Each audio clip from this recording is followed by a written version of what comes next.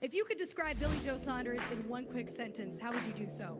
A sexy motherfucker. I'm gonna make sure he go right out the ring, and I might get on the top of the bucket of the rope and come down with a flying elbow kick.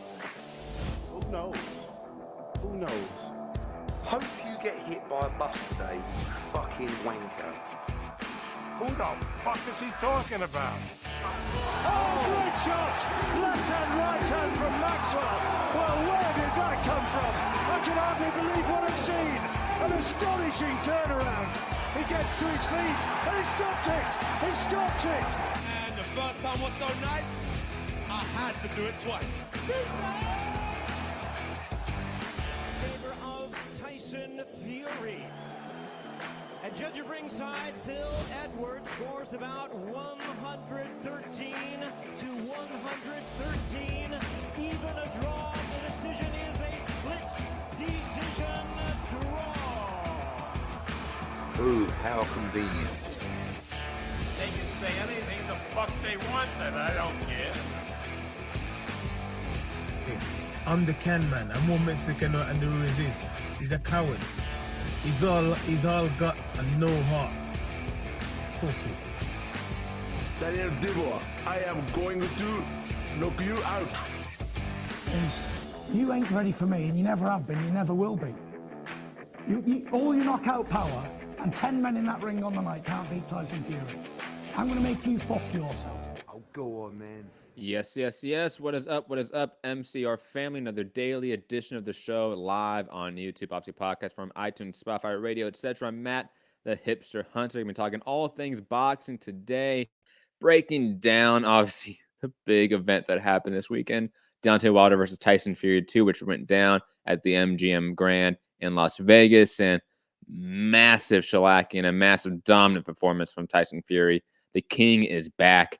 And cannot wait to dissect this one again with you guys. Even though we did a post-fight show that was really detailed, we're going to obviously break it down again with you guys now a couple of days removed from it.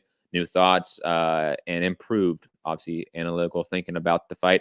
But without further ado, let's get to the full panel because we do have a lot to get to as well. Claressa Shields, Layla Ali, Canelo Alvarez. A date is sort of been attached to when he will determine his next fight. So that's awesome to hear. Plus, the Regis Prograis Maurice Hooker fight, all but official, with a press conference on Thursday and a great co-main event as well to get to on that one. Also, Sergey Kovalev being a piece of shit and getting a DUI. A lot to get to on today's show, guys. Without further ado, let's go out to the panel in Dallas. Gary in Dallas. Gary, what's up, man? I've watched that Wilder Fury fight about 7 times. I still can't believe the performance that Fury put forth. Absolutely dominant performance. But I can't wait to chop it up and see what everyone else thinks. Rob? Mr. Robbie Hearns, second cousin twice removed of Sir Eddie. Rob, how are you, man? Yeah, doing good. Crazy weekend. Yeah, we're going to reflect on it. I don't know if we're going to get to some of the stuff that Wilder's come out and said this today. There's actually a Yahoo Sports as well with Kevin Ioli. I'll send you that in a second, Matt.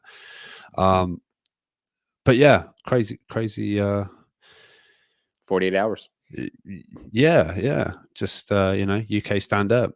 The heavyweight division for the time being is over here on our tiny little island. So yeah, how we doing? Let's talk about it. Yeah, man. Kaz over there in the live chat. Sad, man. The UK got a monopoly on the titles, obviously, of the heavyweight division. Let's get to it, obviously. Deontay Wilder losing in the 7th round due to a towel being thrown in. His towel, obviously, from Mark Breland in his corner, which we're going to get to as well in a bit. And, I mean, what is there really to say about this fight other than what we've said in the post-fight show? I mean, Tyson Fury was utterly dominant. He confused, bewildered Deontay Wilder with his game plan overall, his overall strategic goal of being the aggressor, swarming Deontay Wilder, but plus even the tactical approach he used of, the feints, the movement he did to really disrupt the timing and the sort of composure of Deontay Wilder. I mean, a lot of what Tyson Fury did in terms of being successful wasn't actually not in punches being thrown. It was just pure movement. Go back and watch the fight. Just watch how many times he feints. He does settle, feint, moves with his hand, move with his hips. He's constantly moving in ways where if you're a Deontay Wilder who's so predicated off of landing a straight right hand, which is a very singular shot with a very singular angle, it becomes difficult. And it became very difficult for Deontay Wilder rather quickly. Guys, thoughts on this fight? I mean, we're a couple days removed here. Overall thoughts, thoughts on obviously the X and O's, but also overall thoughts on this fight. I mean, it does feel like a massive moment, not just for like our sport, but just sports. Like this transcended our little bubble, it feels like. So I don't know who wants to jump in and start to talk, but Gary, I mean, thoughts 2 days removed now from the epic moment, the shot heard around the world. That was the knockdown of Tyson Fury knocking down, I should say, Deontay Wilder and him winning. Again, getting knocked down in a heavyweight scrap shouldn't be like as shocking to people. Like Ali got knocked down by Chuck Webner. Holyfield got knocked down by Burt Cooper, right? Like, heavyweights are big dudes. They can crack. Getting knocked down was never like that big of a deal. But it was, what was impressive about this was the fashion that it was done. It was so one-sided. And I went back and watched it, and you're right. Wilder didn't win the second round. So Fury won every round. I'm so glad we can agree on one. Glenn Feldman scored it for Wilder, though. You're not wrong. It's just like, if you watch it 10 times that round, you may give it to Wilder 1 out of that 10 times. Fury won round. I originally scored it for Wilder. The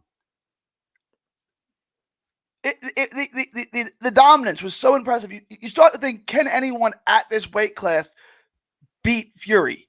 And it's going to be real tough, right? Because I was always the one to pick Usyk. Usyk is going to be giving up 50 pounds to him, 60 pounds to him. That might be too much, right? Like, Fury might just maul him on the inside and use his physical size to break him down and make him a stationary target. Just tire him out. It's going to be tough. Fury right now looks like an all-time great heavyweight. Now we'll see how he looks in a rematch or against Joshua or a different opponent. But right now, there's nobody beating him in the heavyweight division. I largely agree with you. I mean, like, there's a reason I put the thumbnail as "The King is Back." It does feel like Tyson Fury is something great. I'm not a big fan of him as a person, but I mean, in terms of pure boxing ability, I mean, he's a complete fighter in an age for 20 years now in the heavyweight division where complete fighters don't really exist. And that's a big commodity. Rob, a couple days now removed from the fight. I mean, you're still on that emotional high that you were that morning. You were hyped, Rob. You're still hyped? You still waving the flag, showing your glove to everyone? No, I only saved that for the show. Yeah, no. But no, yeah. I mean, I picked Fury on points because of how the first fight was. I mean, we look back now over 2 fights between the 2 guys. For me, Wilder's won 2, maybe 3 rounds out of 19 against Fury. So looking at the first fight, if Fury was on point and he could avoid that right hand or keep it occupied, or ride some shots that he didn't get dropped, I felt Fury was gonna, cruise to quite another comfortable night against Wilder. But I mean, shout out to Michael Benson. He's been through all of Fight Week and clipped out Tyson Fury telling the press, telling the world, telling however many millions were tuning in that he was going to come forward, he was going to bully the bully, he was going to knock Wilder out, he was going to do it that way. And everyone was kind of like, "Oh, Fury, he's funny, eh? Like, funny guy. No one believes this. Only a select few." And even myself. I want to point it. I pointed out in the previous show exactly how Fury won. I want to make that clear. I didn't pick him. No, you said how he could do it that way. Yeah. And I said it was absolutely possible. But I always point out the him going in the media and saying, "I'm going to be the aggressor." That was a sheep in wolf's clothing right there. That line of public narrative, because it was true.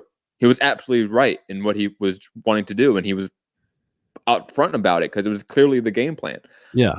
But you're right. Most people didn't think that he was. It came from Fury's mouth. That's the thing. And we know, and the whole pillow fist narrative, it's not that I necessarily think Fury can't punch hard. It's just he can. It's just he's usually on the move, on the back foot, picking people, flicking out that jab and maybe following up with is not standing, brawling, mauling. And I know he's done it kind of before. I think when Cunningham dropped him, he got up and then took it to him. When Wallin cut him, he then made it, I'm going to get up close and in your face and we're going to brawl this out. But generally a Fury win, sort of, it's a boxing lesson. But he just absolutely mauled Wilder from start to finish. It was incredible. I think the key moment, having watched it back, and also someone tweeted it that was ringside. I think I can never say the guy's Manuk, whatever. I think he tweeted Manuk Akopyan, I think. He kind of clipped a little bit, and it was like, this is like sometimes the greatest moment of a fight, the 10 seconds before the bell, and you just see Fury like bouncing up and down like, let's go. Wilder's sort of in the other corner looking sort of mean and mysterious and like full of, I guess, confidence. And just before the bell rings, Fury switches stance. He goes for, I think he switches to southpaw, or maybe he goes whichever way, and then he just runs across the ring. And it kind of just set the tone straight away. So I'm going to be in your face. I don't care about your right hand because I'm going to do my thing. And Fury was just a demolition job. There's still an element of disbelief, not disbelief, but like I said on the post-fight show, just the collective, if everybody had turned down their TVs, the collective gasp or, oh shit, when he just hit him with that shot, sort of side of the head, or it was just like, oh my, Wilder's down. Like, oh my God, it's crazy. Old Pillow Fist has dropped him. It was insane. And then like the body shot that put him down. I've seen another angle of it today. I think it was just some mobile phone footage and it's from a different side of the ring.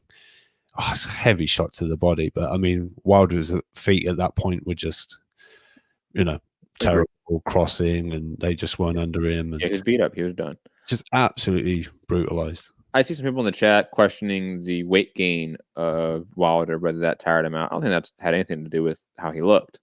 I think he got beat up and dropped really early in the fight, and that's hard to get back to. It's hard to get back from, I should say.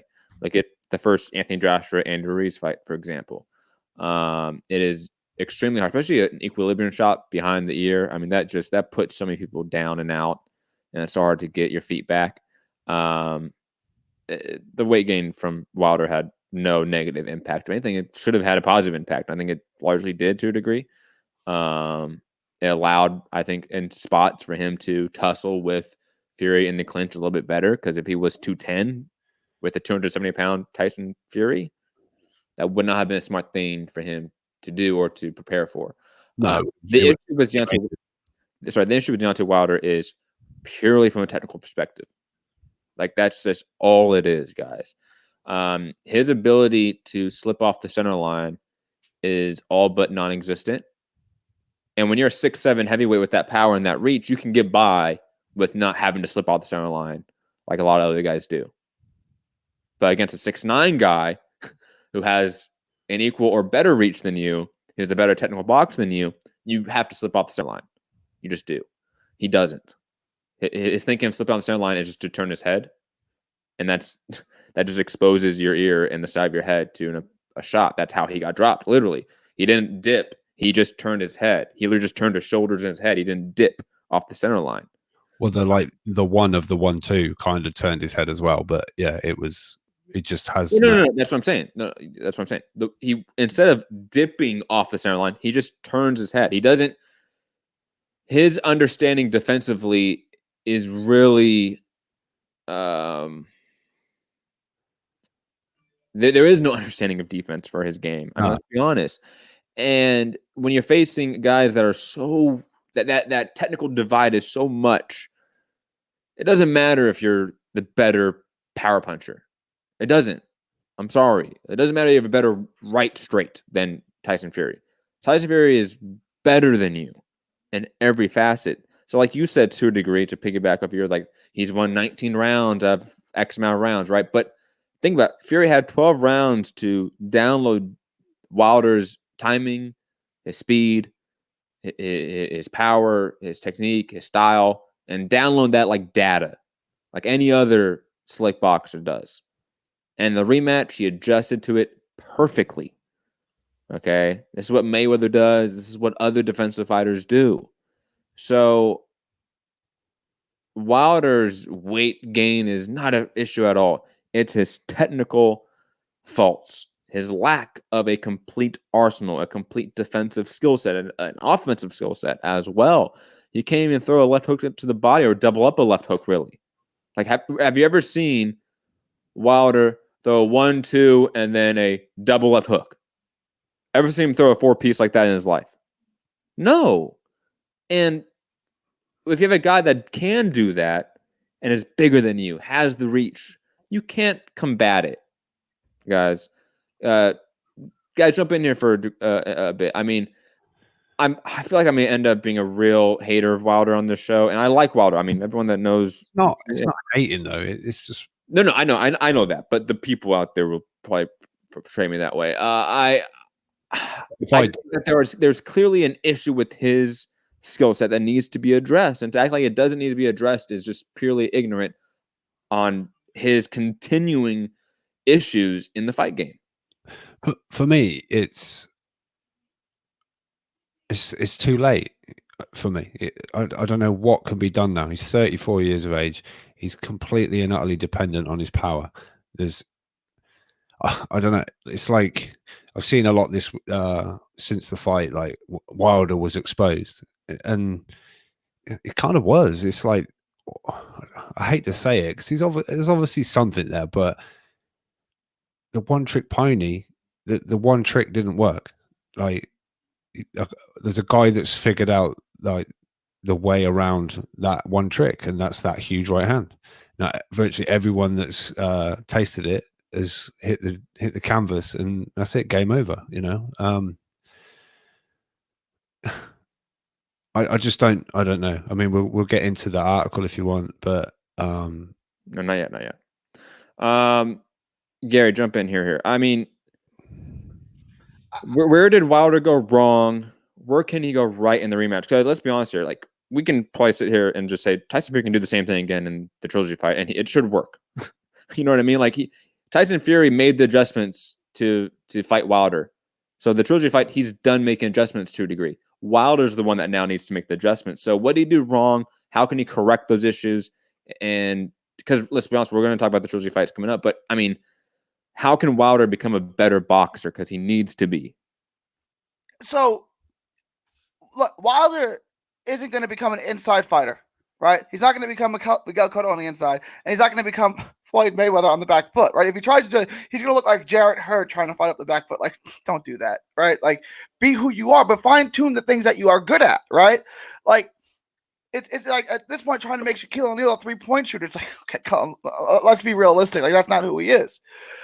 Can he beat Wilder? Can Wilder beat Fury? That's going to be because of an unforced error on Fury. If Fury executes the way he executed on Saturday. But here's the issue. Here's the issue. If that is the mentality, that it has to be due to an unforced error from Fury's side to deliver that knockout blow, he's already lost. It needs to be a forced error. That's where Wilder needs to get into. I'm talking about fine-tuning him, right? To become better at what he does. He needs to somehow find a way to walk Fury down, apply more volume, be able to sort of slow down Fury to a degree to land that right hand. That's what he needs to do. He needs to create forced errors for Fury to land that right hand. So if he's just off of a whim, then it's going to end up just like this again. So here's the thing, right? Like the Holyfield versus Tyson kind of mentality, where is if he comes forward, just tie him up and push him backwards. The problem was Holyfield was freakishly strong and was stronger than Tyson, so he could push Tyson backwards.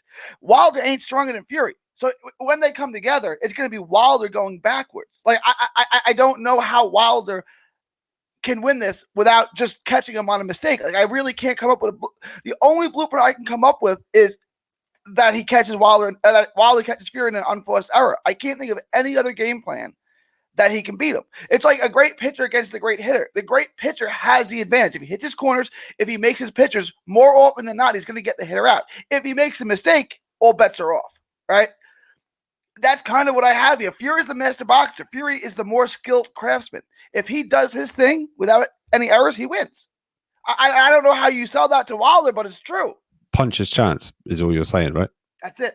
So, and he's got a great puncher's chance because his punch is unique.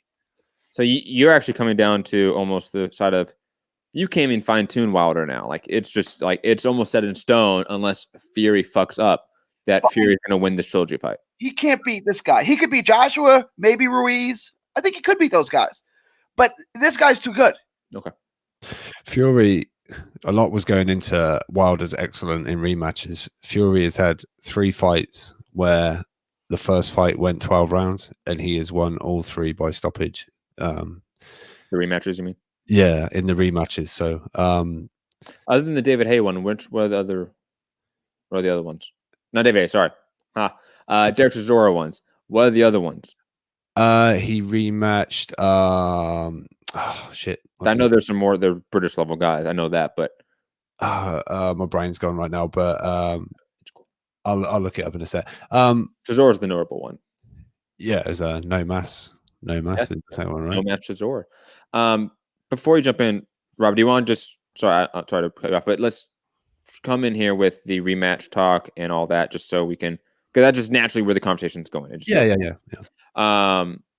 First up here, let's actually just present this information just from a factoid here. 15,816 fans packed. They sold out MGM Grand. The gate was 16.9 million, which is a new Nevada record for the heavyweight division, and beat the old mark of the Lennox Lewis Evander Holyfield rematch, which was at 16.88 million. And for comparison, for last year, guys, Canelo Kovalev and Canelo Jacobs both did like 8-point-something million. I think it was like Canelo Jacobs was 8.6, and then Canelo Kovalev was 8.1 or 8.0. So this is double that, you know. For also comparison, Wilder Ortiz too, right? The last pay-per-view he had, that did a gate of 4-point-something million. So this is 4 times that gate. Really a massive gate, just overall gate revenue from the fight. Now, in terms of the information of the rematch and stuff, or just the fight period, Kevin Oley saying that he has no broken jaw, Wilder has no broken jaw, and that the ear injury was not a ruptured eardrum or a broken eardrum. It was just a 2-centimeter cut that required stitches. Also, in terms of the rematch, now let's get to it. Wilder has 30 days to determine whether he wants the 3rd fight he is owed in his contract. Bob Arum told Keith Idec of Boxing Scene that deadline could be extended, but the 3rd fight is supposed to take place by August. That deadline is flexible too, apparently. So don't hold these windows too tight, guys, but those are sort of the windows we're working with. Also, Lance Pugmire reporting briefly. Actually, let's get to this first. Wilder's managers expect a 3rd fight with Fury to happen next, writes Keith Idec. Obviously, Shelley Finkel and others are expecting this. Also, Warren confirmed that Wilder's manager have already called to the Fury trilogy is likely. And now this came out just 30 minutes before the show started. Lance Pugmire was talking to Deontay Wilder, saying, full story coming to Athletic shortly. Deontay Wilder, Bronze Bomber, tells me he is definitely exercising his rematch clause for a summer trilogy against Tyson Fury, that his legs were weakened by his 45-pound costume he wore to the ring to honor Black History Month. Also told by Deontay Wilder that he is reevaluating retaining assistant trainer Mark Breland because his team knew, quote, "I'd rather die in the ring than have the towel thrown in. I'm a warrior," end quote. Then also Wilder also has harsh words for referee Kenny Bayless, alleging Bayless declined to effectively confront Fury over slew punches to the back of Wilder's head and neck after telling Wilder he would disqualify him if he did the same in a pre-fight dressing room. Okay, guys. A lot to get here. Where do we want to start first? We want to start about the Mark Breland situation, the rematch. What do we the costume theory? Oh my god. Let's start with the costume because it's too ridiculous. It's too good. It's too good. Like, there's no way carrying a 45-pound costume like 100 feet, maybe 100 yards, pushing it right. Like, there's just no way that tired you out if you're a top level athlete. Sorry. If it does, that's quite an indictment on your conditioning. Facts. Right? Yes. And maybe the extra weight was a problem. Also, I've heard he's apparently mentioned as well that pacing around the locker room before the fight and then wearing the costume. It's his first pro loss. I'm not surprised he's trying to make excuses for it. Like, it happens, man. Like, all the greats do it. Like, it's okay. I don't understand this obsession with the zero. So what? Ali lost 5 times. Ken Norton beat him 3 times. Ken Norton beat Ali 3 times. Let's be real. Ali's the greatest of all time, besides Larry Holmes. I don't understand this obsession with, so what? I lost. Okay, go beat him again. Like, Evander Holyfield. Ego, man. Ego. You built your entire career brand around you as a fighter being perfect, as amazing, knocking out everyone. And let's be honest, don't tell me that walkout wasn't added pressure, man. And because when we were doing the live chat with, I was with Anthony, you guys weren't on the show yet. I wasn't really paying attention to it that much because, talking and I can't listen to it. So why pay attention to it? But on the rewatch, oh my God, he had all of the prominent black figures in all of U.S. history behind him as he walked out. How do you not add so much pressure to yourself to perform? Oh my God. I mean, it was amazing. The walkout was spectacular, but the amount of pressure on his back, other than the 45-pound Shredder outfit or Sauron from Lord of the Rings outfit. Yeah. Doesn't matter. In Kevin Ioli, it says something like, he said, it weighed 40-something pounds, what with the helmet and the batteries. It's like, fuck. Look, I know you said this is just reflex, but you don't say this excuse. Say you were injured, for fuck's sake. Oh, yeah, that's a far more acceptable. Saying costume was too heavy, because you just sound like a. I hope it's like Pugmire taking his words a little bit out of context. No, it's not. But I hope it. Kevin Ioli's got the same quotes, exactly the same response. There must have been a media call or something. I'm assuming. I don't know, but. Just acknowledge you lost the fight and that he was better than you, and you're going to come back in August and you're going to do better. Like, why don't you just say he beat me? Like, because to do that, Gary, and we're going to talk about this now, the rematch, obviously, as we were talking about.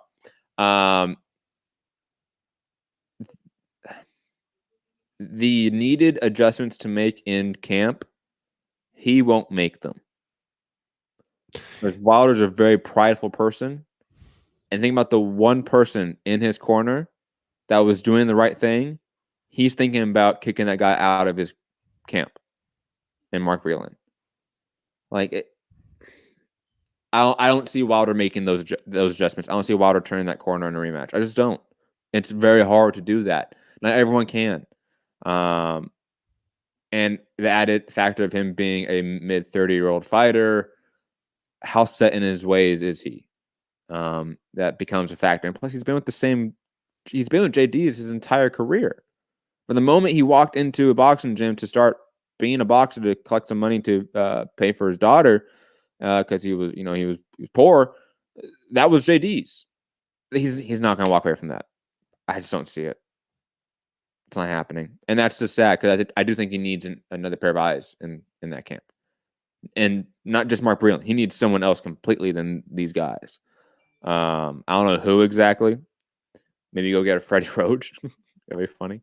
But you need somebody that can actually. I know Gary keeps saying that he's not going to be an inside fighter, but you need to improve your inside game. Like, you can't fight Andy Ruiz, Usyk, Tyson Fury, AJ, name anyone else, Joe Miller, Dylan White, if you don't have an inside game. Like, sorry. Like, this is not how it works.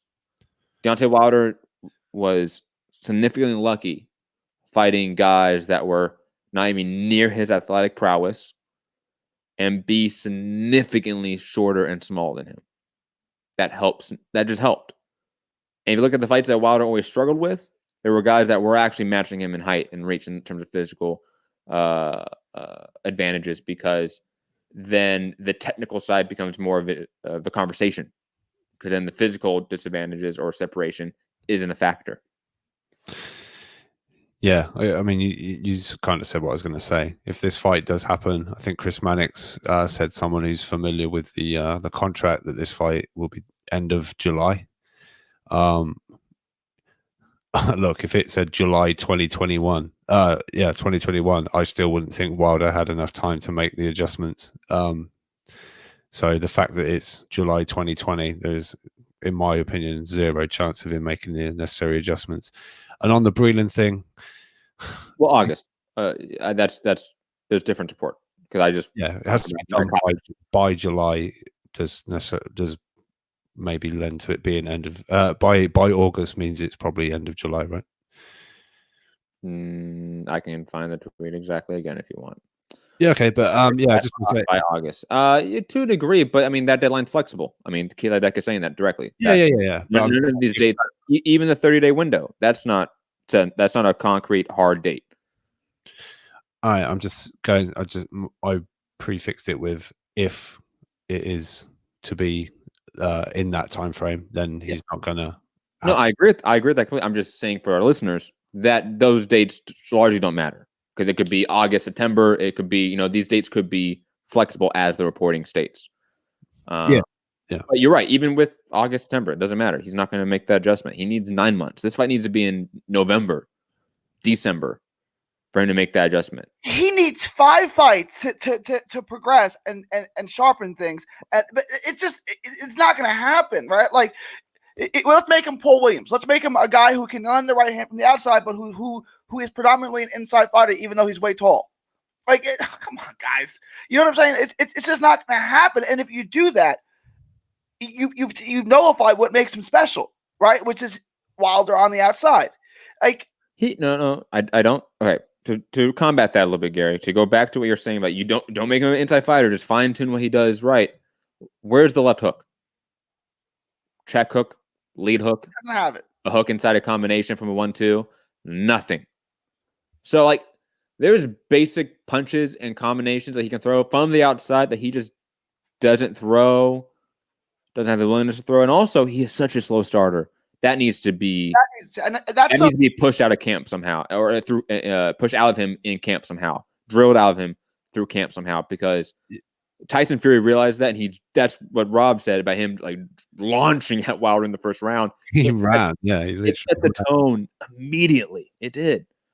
Yeah, this is what's going to happen tonight, and deal with it, or you're getting knocked out. But sorry. So Wilder in the trilogy fight needs to run at Fury, throw a 1-2-3, pressure him. Like, he needs to almost do the Tyson Fury in the rematch here to Tyson Fury in the trilogy fight. I want the windmill back. That's what I want. I want him to swing into the lights. Just throw punch. Like, here's the thing. Wilder, when he's trying to be that patient, I'm just going to laser that right hand down the pipe. You're not throwing anything. All you're doing is you have this loose arm out there, this loose guard. You're not slipping off the center line. You're such a walking target. Mm-hmm. And again, you're not throwing anything back to have Tyson Fury be wary of anything. It's almost to the degree of, like, we're talking about, like, Anthony Sims or Josh Kelly, other guys that are defensive, right, and don't throw back, and that hurts them. Not to the same way at all. But, like, Deontay Wilder has that issue where he is so laid back in the first 5-6 rounds that he can just lose just by doing nothing. Look at the Ortiz rematch. He just lost all those rounds by doing nothing. And you can't do that at this high level. You just can't. You can't hope that one right hand is going to save you every time. Yes, the heavyweight division. Yes, that is Hall of Fame level of power in that right straight. I get it. But, dude, you don't have Hall of Fame other skills. No. He's got amateur level skills. Besides, you need to improve it, man. Like the thing is, when I was going into this fight, I thought Wilder was going to struggle, because I said Tyson was going to actually have a lot of success being the aggressive throwing Combination. But I thought Wilder would also be able, and at least Mark Breland, JD's, people that I've talked to in camp, people I've talked to in person, JD's, I don't think is the brainiac of boxing. He's a smart guy. He knows boxing. That they would have watched the tape and said, we need to figure out some small tactical approaches to deal with this inside work from Tyson Fury, this pressure from him. Because if he actually does this in the rematch, we don't have an answer to it right now. And they didn't. They didn't make that turn for the rematch. Only Fury made the turn to make adjustments. I watched a lot of JDs or Diaz, however you say it, in the build-up, and I kind of always sort of thought, this guy loves his boxing. He's quite a historian of it, this, that, and that. But he always seemed to come back to Wilder's right hand. Like I think even one time he's like something like, "It doesn't matter."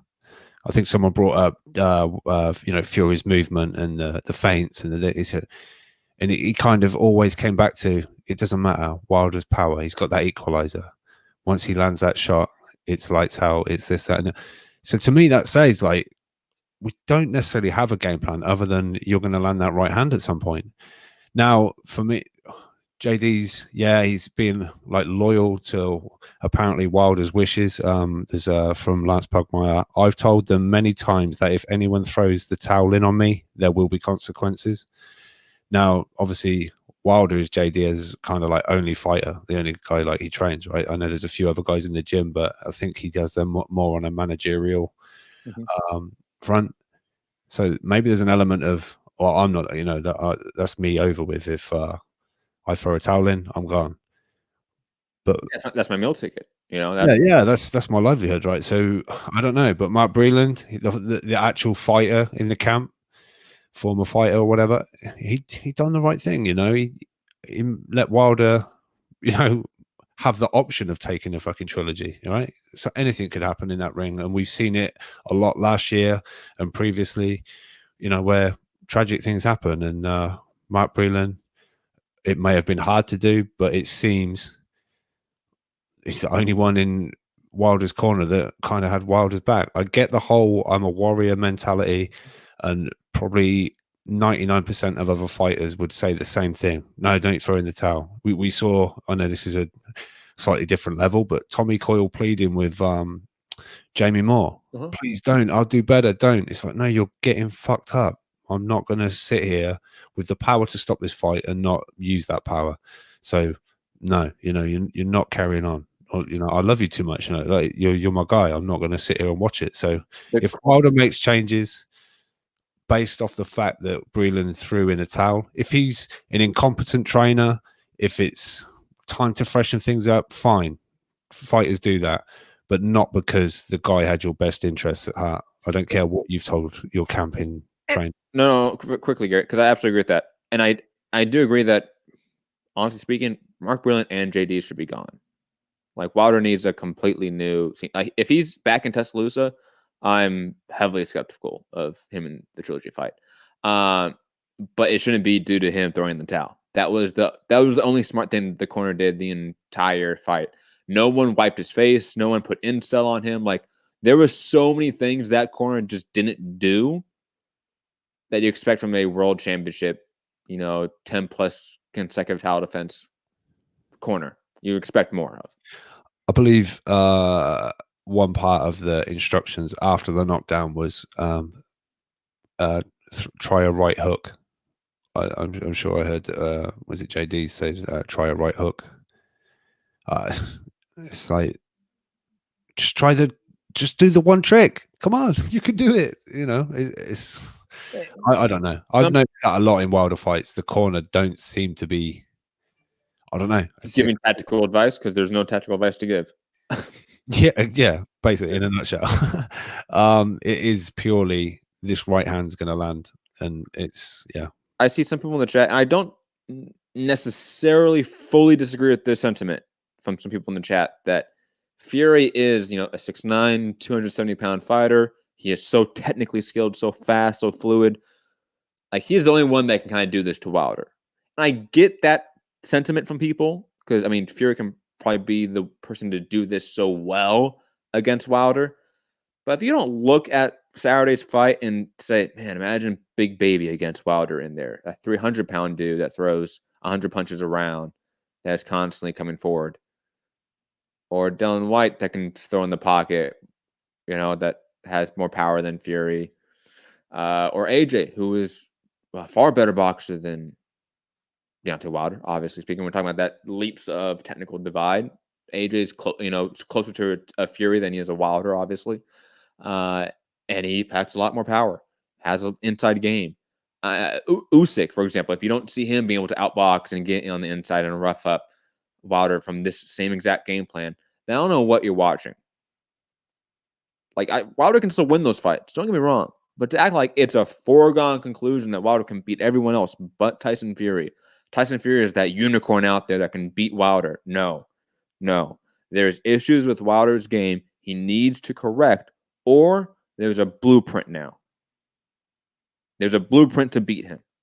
And other guys in the division, the top 10 even, have that style, the tactical approach, usually speaking, to capitalize on that blueprint. You have to adjust now. You do. You have to add wrinkles to your game. You have to add technique, add strategy to your game that just is not there at the moment. Guys, any other thoughts on Wilder Fury 2? I mean, brief thought on pay-per-view buy rate. I mean, do we think a couple of days out now, do we think it did over 1 million? Do we think it maybe exceeded our expectations slightly? Or did it do below expectations, I guess? Maybe that could be opinion. I said 600. So 1 million would be almost, the 80% increase of that. I can't see 1 million. But maybe 700, 750. I can't see it doing more than that, though. I think it's done. I think Fight Week might have tipped this over. I think it's done better than we maybe originally thought. I've seen one, but I know Matt doesn't like where I get it from, but it suggested there was 300,000 just streaming purchases. But we don't. I'm not even saying the name.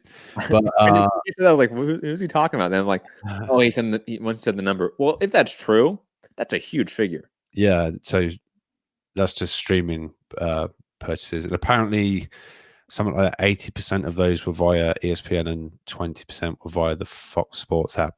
That makes sense. Yeah, so I don't know how many more before maybe it's taken as credible. If it did 300,000 digital pay-per-view buys, that means this thing did close to 2 million. like honestly speaking, like that number is enormous. Like, because you had it on cable. Like, I didn't buy it on the app. I bought it on via cable. Yeah, so I don't know. I'm sure time will tell. Okay. Man, what is he smoking? If it did, like, that's insane. Then it shows, like, maybe, oh my God, Papa Harem, on those fucking those gummies, man. And he was right somehow, man. He prophesied. Yeah, I don't know. You go to another round when maybe but because I mean, I've just from like a TV perspective, like I know if like Fox TV, like the Fox Sports Go numbers for like PBC cards are like 30,000 viewers, compared to like 1 million people. Like it's not even close. Yeah. 1,000, no. I don't know. I'm going to say it's going to get close to the 1 million personally. That's my current guesstimate, but I don't know anymore because they done the ring walks on Sports Center, which would have been huge. Pumping this out on, I believe, Gary, did you say it was a big basketball game or something like that? It was being pumped into people's veins there. I think Fight Week for me changed how I viewed the possible purchases, the buys. So I don't know now, but I think it's done a hell of a lot better than I was sorry, I thought you were done. I apologize. I was watching college basketball in the morning on Saturday just because it was on ESPN. Gary, it's not because I wanted to watch college basketball. I saw that look you gave me. It's not because I cared about Texas versus K-State. Sorry, what was that? Did you watch Texas versus K-State? No, it was the first game of the day. So I don't remember who it was, but I just remember it was like 7 a.m. It was college basketball warm-ups, and the commentators, the announcers, are talking about the fight. Thinking like, it's 7 a.m., man, and they have college basketball announcers talking about the fight and pumping it up. It's not going to stop all day, and it just got heavier and heavier and heavier. Like I said this, I think, either on the show or on social media. Like, it was palpable. Like the hype, the build up, the media attention. Like, it was everywhere.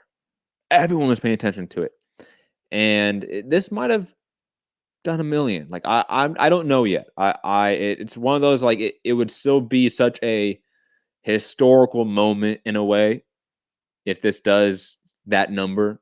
Not because these guys can't do that number on paper, but because the first fight was so far away from that million, and that just has never been done before in terms of rematch history, like in combat and prize fighting. Just has never been done before. I'm not gonna jump up that much. Never.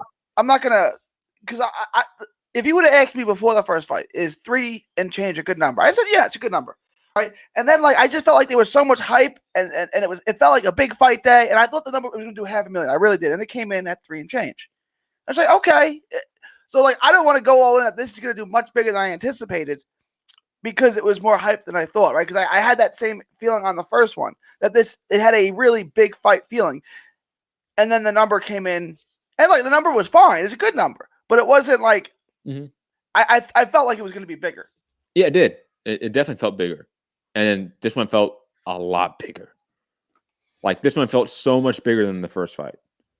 I'm not saying it's going to do double the first fight, but I'm not going to start saying it's going to do triple the first fight. No. I understand completely.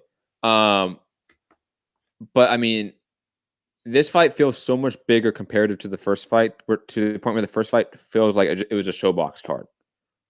In comparison, it just does. Like even though it was a Showtime pay-per-view, it was a 3-city tour they did, right? They pushed it, but for some reason, in comparison, it just doesn't feel nearly as big or as close in terms of hype and promotion and build-up. It just doesn't. I don't know if that's going to translate into actual buys or not. I just don't know in this age. People say UK buys, because I see someone in the chat saying that they think it did 1 million buys in the UK. I don't think that, but I think it probably did a very healthy number. 400,000 or 500,000 in the UK, like similar to the first fight. I'm looking in the UK at 5 in the morning would be really impressive. That'd be a statement. Yeah. The only, I think, stupid o'clock pay-per-view buys that have done 1 million is Mayweather Hatton and Mayweather McGregor. Oh, not even Pacquiao? Funny thing is, Mayweather Hatton, get this, Gary, you're gonna flip out by this, right? Prime time in the US, right? It did more pay-per-view buys in the UK than it did in the US. That's amazing. I think it did like 1.1 million in the UK and like 800,000. I think it did 900,000 in the US. I think it was 800,000. I think it was like 860 something. I think it was like 860 something. Not 860 something. Not okay. Well, yeah, okay. But yeah, it came in a little under 1 million. I remember that. Yeah. That's incredible. Ricky Hatton, man. Me and Matt talked about this off air, and I kind of agree with Matt. But do you think the casual sports fan that buys this and doesn't buy any other fights was happy with the product that they got on Saturday night?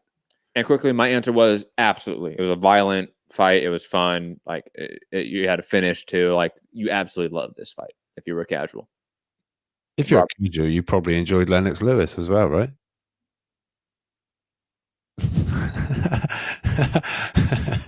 I got a lot of, who the fuck is this guy talking, man? He's so boring. I'm like, oh man, that's Lennox Lewis. Yeah. He doesn't even look the same, right? Because in his fighting days, he had the long dreadlocks, and now he's bald. Right? It doesn't even look like the same guy. And then he's really boring on air. It's like, who? And let's be honest, most people that probably like have the picture of Lennox Lewis, like the old school with the dreadlocks, they never heard him talk back then. So like, you don't know what he sounds like. Like US fans, like I remember like, growing up as a kid, like I never heard Lennox speak. I just saw him everywhere. I saw him in movies. I saw saw him in Ocean's 12. You know, like I saw him in shit like that. That's what I saw him in, Ocean's 11. Yeah, good. Yeah, that's right. Yeah, that's wasn't he busy filming that, and then he lost his next fight. Yeah, that's what they.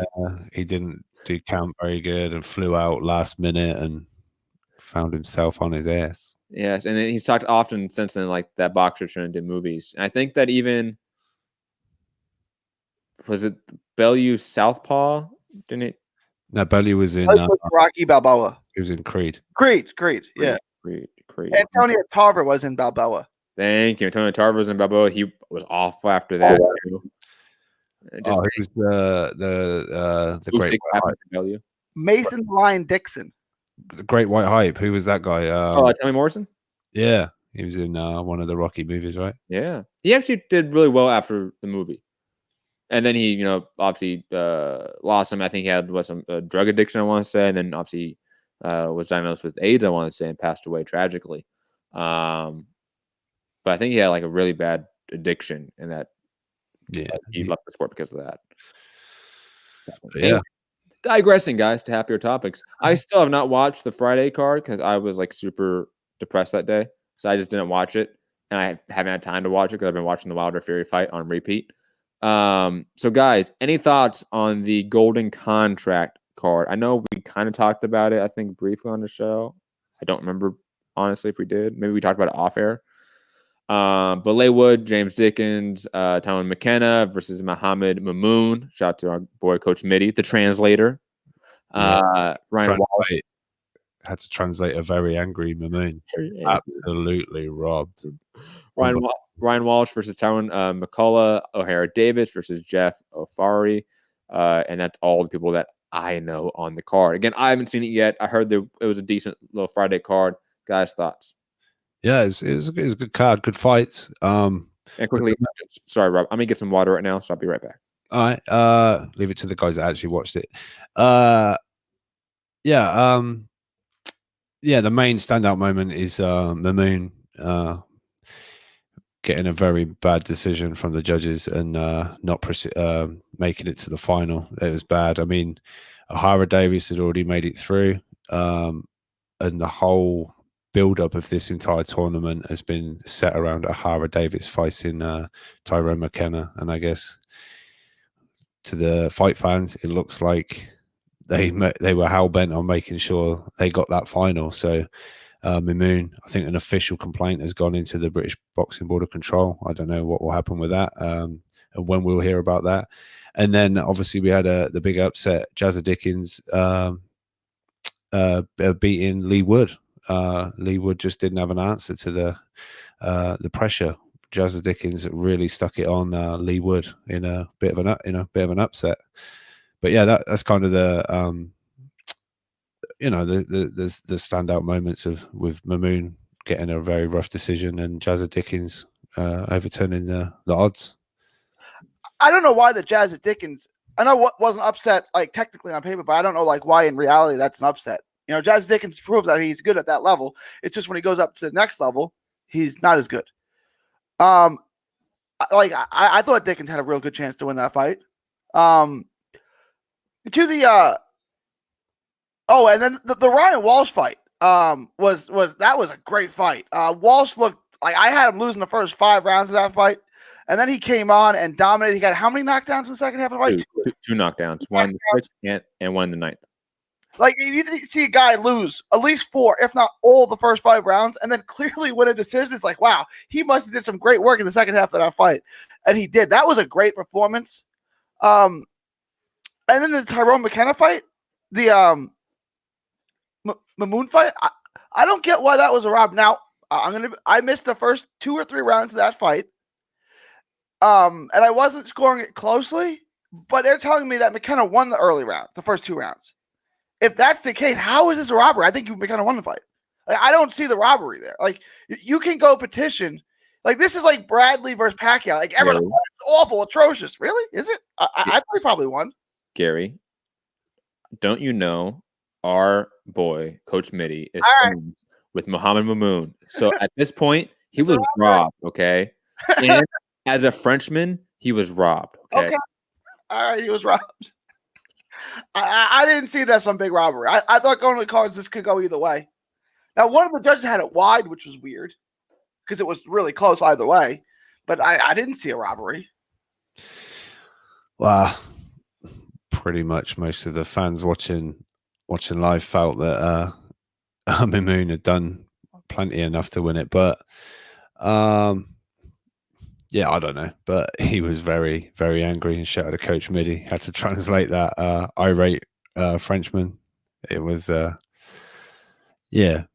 Mitty. Yeah, but I know Midi was sort of telling me, it was at one stage like, that's it, I'm done. I'm not. This sport's corrupt and blah blah blah blah. I'm sure calmed down since and whatever, but we'll see what happens with the petition or the complaint going into the British Boxing Board of Control. I don't quite know how they're going to do it, but they like I said, the British fight fans now feel that they got the fight that they wanted from the beginning. O'Hara Davis and Tyrone McKenna, there was beef built up on the first night of this tournament and before that as well, and it to many feels like they had to do Mamoon dirty just to get the fight that they wanted for the final. So but it's just another bit of a black cloud over.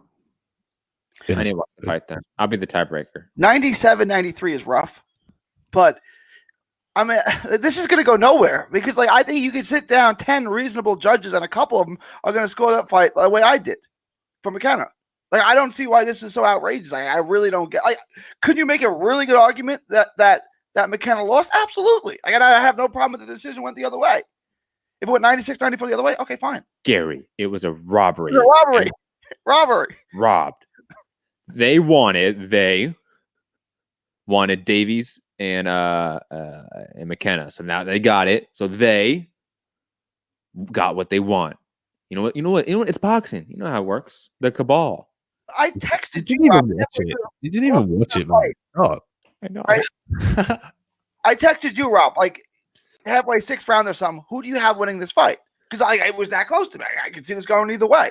I don't. All right, but for our boy Mitty, we're all crying robbery. Damn. Sorry. Let's move on. Canelo Alvarez saying, or not saying, he should be saying shortly who he's fighting next on maybe Tuesday. Eddie Hearn speaking to Sky Sports, obviously, saying, I believe there's a meeting taking place on Tuesday to ultimately decide who is going to get the fight between Billy Joe Saunders and Callum Smith. So hopefully, guys, by Tuesday or Wednesday, we should get a confirmation finally about Canelo's next fight in Cinco de Mayo. And quickly, somebody asking in the chat how to call in. Skype Mixed Combat Radio. Our number line is down because we just don't pay for it anymore because it wasn't working and it was a shit system. But Skype is still on. Mixed Combat Radio. It's off in the corner, so if I don't see you call in, don't worry. I will see you eventually, and I'll call you back if I don't answer it right away. And also hit the like button, all that YouTube stuff. But guys, quickly, Canelo Alvarez should be deciding in a Tuesday meeting who he's fighting next between Billy Joe Saunders and Callum Smith. Thoughts on this, guys? Do you think we're actually going to get a confirmation on Tuesday or Wednesday about Cinco de Mayo? No. I think twist. Callum Smith and Billy Joe Saunders are going to fight each other and leave Canelo out to dry. Yeah. Ooh, they showed Canelo. Take that multi-million offer and stick it up your ass. We're going to fight for $3 million apiece. Fuck you. We're going to quarter fill a stadium and quarter fill a stadium. Stick a finger up at you. No. Yeah.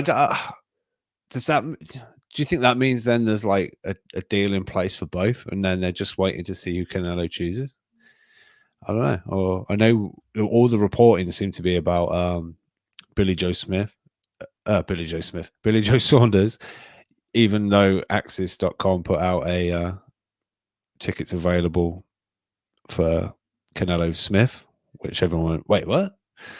But yeah, I guess we've got to learn pretty soon who it is, right? Because time's ticking and you want to promote, and I think you need more time to promote if it's one of those two guys, although Billy will be way much more of a air quotes character to sell the fight. But generally speaking, in America, there isn't the casual awareness, I would say, of a Billy Joe Saunders or a Callum Smith. So they're going to need some hit the ground running with this one, try and get this announced soon and get pushing and promoting it.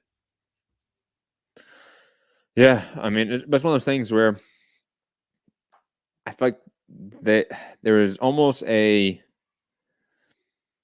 hey, it's a Canelo fight. We're going to promote it like XYZ, ABC, and be done with it. Not like be done with it like, oh, it'd be done. But it's a very matter-of-fact approach now, I feel like, to Canelo fights. Especially these ones. Like, none of them feel particularly massive. And that's an issue when, like, all of your fights now are big fights to a degree. They all start feeling relatively the same. But, I mean, in terms of, like, trying to get out and head and start promoting it, not really a big concern, in my opinion, for Canelo. Same like with Mayweather towards the end of his career. After, he really peaked and everything. Like, there's no real rush to promote this. It's a Mayweather fight. It's going to sell itself to a degree. I think Canelo has been thinking that for a while now. Gary, you haven't yet to. No, I largely agree with that, and I'm sure Golden Boy will do a radio ad prior to the fight, and they can advertise the fight to the 10 people who watch the baseball highlight package on DAZN. So they'll be good. Let's move on, guys. What are we gonna get to next? Oh, it's a fun one. Eddie Hearn have been doing a media tour, obviously trying to call out Chase the whole Wilder Fury 2 fight. Obviously speaking, we're not going to bring up the whole him interjecting Joshua because at this point in time, it doesn't really matter about a AJ Fury fight or Fury AJ fight in the summer in Saudi Arabia or wherever, because that's not happening at this point in time. It's most likely we're going to get Wilder Fury 3 or Fury Wilder 3 and in the summer, and AJ Pulev whenever that happens. And then we can talk about the eventual, in my opinion, big, massive, all UK unification of the heavyweight division when it becomes relevant. But an interesting thing that I think is relevant from his tour that he's been doing is him talking about Manny Pacquiao and Mikey Garcia, because I do think Manny Pacquiao is definitely in play for anyone at this point in time. I know he still has a deal or a fight left on his deal with Al Heyman to a degree, but that could still be rolled up into a Mikey Garcia fight in Saudi Arabia, which he's talking about now.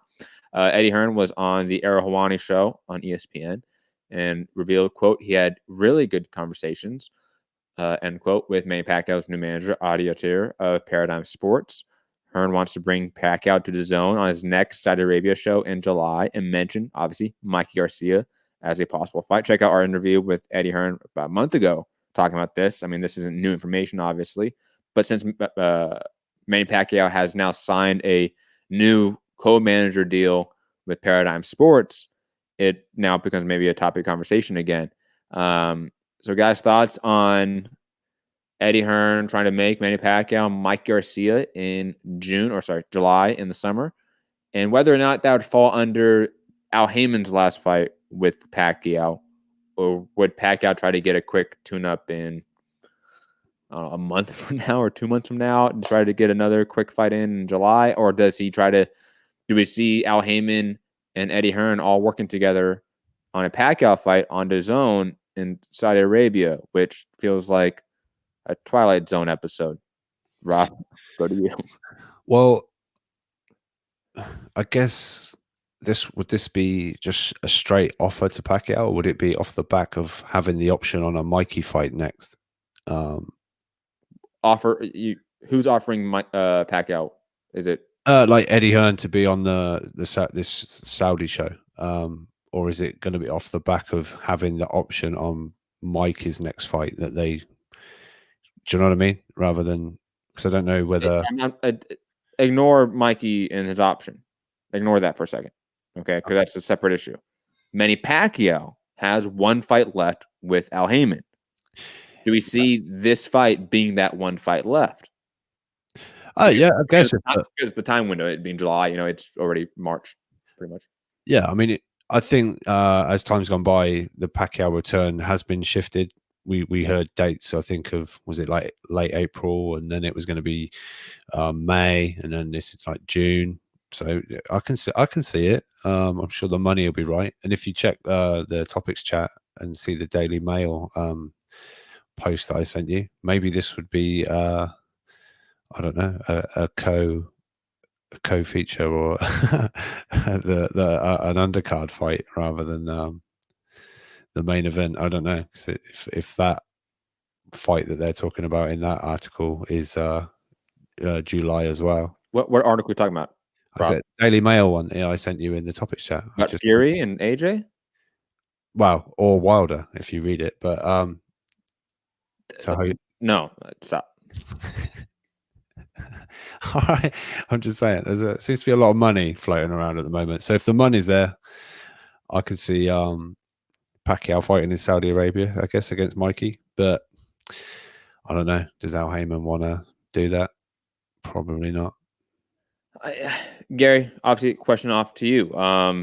Manny Pacquiao has one fight left with Al Heyman. This fight that Eddie Hearn's trying to make, talking to Manny Pacquiao's managers with Audio Tier of Paradigm Sport in July. Is that even possible? Like, honestly speaking, or is there too many moving parts, too many people involved for that fight to happen in that way? Well, I mean, you're saying we get that instead of Pacquiao McGregor? Yes. You fairly convinced me that day that we're getting that fight. I don't want Pacquiao Mikey. Let me just get it on the record. I forgot that fight. Well remembered, Gary. Give me McGregor. I don't think we get that in July. No, there's too many moving pieces for that. Especially with you said Mikey doesn't have the option to opt out, right? Of that 2-fight deal. That was an option. Deal. It's an option. He can opt out.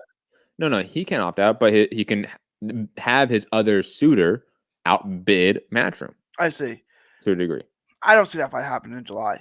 I mean, it's possible, but I would strongly bet against that. And I also saw someone typing in Italian in the live chat, and that piqued my interest, but I don't know where they went.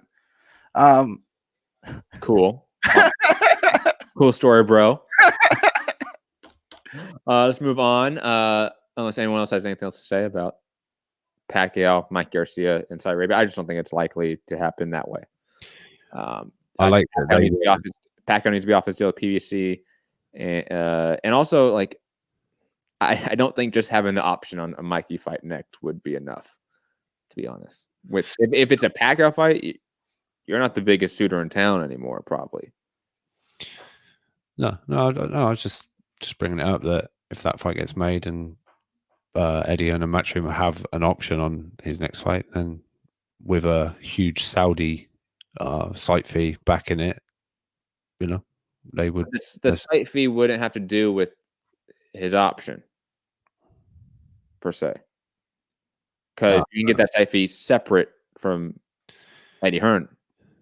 Like for example, let's say Al Heyman says, "No, I'm going to take Pacquiao, Mikey on my own, and take it to Saudi Arabia for that money." I mean, that's entirely possible. Like, oh yeah. You know what I'm saying here? Like, it's. I know what you mean, but if it is Mikey is the opponent, then I guess DAZN will come in heavy with money as well. Because that would. I absolutely would, and I think most likely what we're getting is Mikey.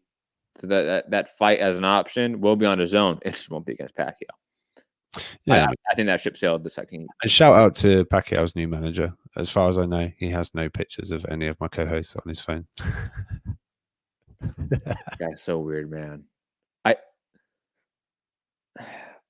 You are the co-manager to Manny fucking Pacquiao, and you have Photoshop pictures of random media people with phallic images in them. Does that mean dildo? Yes. Okay. How is that supposed to make fun of me and not yourself? Like, that's what I don't understand. Like, how is that not? Never mind. I'm just gonna save it for another time. Shout out to Sean Gibbons, crazy motherfucker. Layla Ali is she did a little bit of a media tour this last week in the Wilder Fury build up. And talked a lot about Claressa Shields. I'm not going to play the clip from First Take because it kind of made the rounds. I feel like everyone already saw it. If you haven't, you can probably find it on YouTube already. But thoughts on Layla Ali, Claressa Shields, as it seems to continue to build and hype up. And Layla Ali is now doing a media tour, basically talking about it on ESPN. And also, I mean, the crowd that ESPN had on in studio, so to speak, for that First Take show or that First Take taping they were into it. Either they were all just told to laugh and stuff, but they were definitely inclined to be hyped for a Layla Ali Clarissa Shields fight. Thoughts on this? Because this continues to be talked about, continues to be pushed by both parties, by fans, by media. It seems like we're going to get this now. When maybe a month ago, I was more like, they're just kind of talking, but this isn't really going to go anywhere. This is actually going to go somewhere, in my opinion, now. So, Gary, thoughts on Ali Shields? I'm still having a hard time that Layla Ali is going to come out of retirement to fight this fight. Like, it just seems ridiculous to me. Like, why would I mean? I guess so, but like this, like where there's constantly smoke, there's got to be fire, right? So maybe this is real. And Gary, what's more ridiculous, Ali Shields or like Antonio Brown, Logan Paul? Like, this is prize fighting. This isn't that ridiculous on the spectrum that we've seen in the last few years. Yeah, but Antonio Brown's out of his mind. Layla Ali never struck me as a crazy person. You know what I'm saying? Look, money's going to talk. That's the only way this fight happens, right? So, I can see it again being another DAZN attempted purchase to try and lure this to happen. And Matt, I don't know if you want to screen share what Clarissa Shields said, but it is adding more fire to the almost. She's saying Chris Shields posting Shields versus Ali will be in Vegas. Watch what I tell you. I mean, that would obviously be the place I would put it. It's probably Do Vegas. you guys think this is good for women's boxing, or do you think that this is so bad, right? Because I mean, you have the best woman in the world fighting someone who's hasn't fought in, what did we say? It was like 13 years or something. It was so long ago. Gary, I mean, like anything, it's not a black and white issue. Obviously, this is indicative of the lack of depth, the lack of build-up that women's boxing has received in the United States in the last few years, right? While Shields has sort of been built up, but not even really Shields, let's be honest. She's had to work a lot, I think, on her own to a degree to be built up. No one else has. Like ESPN, DAZN, Showtime, HBO, individual promotions like Golden Boy, Matchroom, PBC promotion. I know, calm down, fanboys. Whoever they may be, Top Rank, they have not invested to build up and add depth to women's boxing. This is obviously indicative of that flaw right now in the market, in the sport. However, is this, quote, just bad for women's boxing? I wouldn't say that. I wouldn't say that at all. I think this is probably going to do really good views, really good ratings, wherever it's on. I think this will cross over more into the mainstream than a lot, if not almost any Clarissa Shields fight that can be made right now, because it's Ali. It's Layla Ali. She was big when she fought, and obviously she's still an Ali, so that still matters. I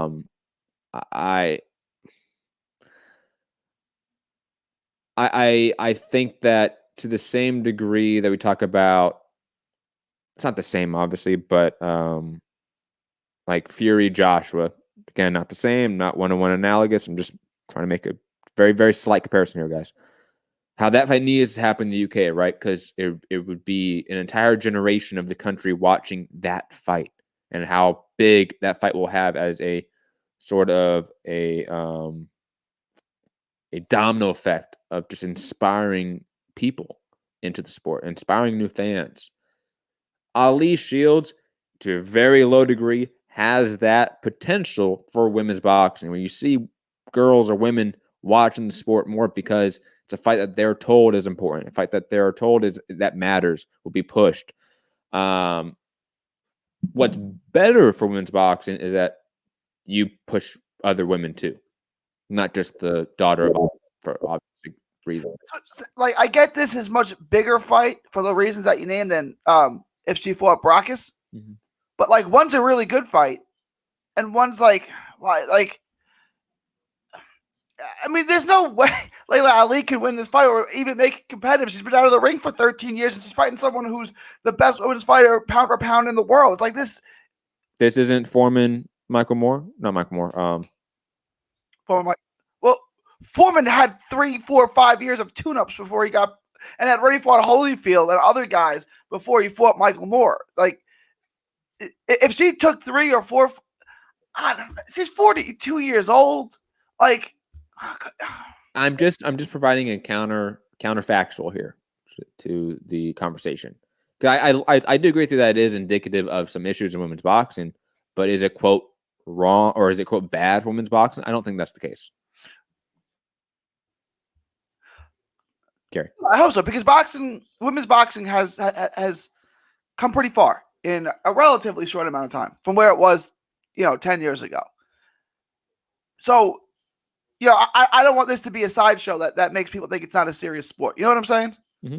No, I understand your criticism of this matchup. Would I rather have Brackish Shields? Absolutely. Would I rather have even like Shields, Savannah Marshall, Shields, Alejandra Jimenez before she got suspended, she had PEDs. I mean, like there are other fights that I would rather have Shields partake in. Hell, even Unify 154. She picked up a vacant belt in that division. There's other champions that she could fight that have been champions for a while in that division. The problem is that those other women aren't being built up, and they need to be. And that to me is a way bigger issue than Ali Shields. Ali Shields is indicative of that issue, and that issue is a big issue. Ali Shields isn't the issue. It's the symptom of the disease, if that makes sense. Moving on, though, to a fight, and actually a card. God, I'm so excited for this. Rob, did you talk about Ali Shields? I'm sorry. Did I not get to you? No, you didn't. It's all right. I'm so sorry, man. It's all right. You kind of all set. For me, it's like one of those, it would be good for the women's to like kind of, push it out there a little bit more. But I also feel it would be followed up with, yeah, but she's 40 odd years old. She hasn't fought for it's kind of almost like a joke fight, but potentially will,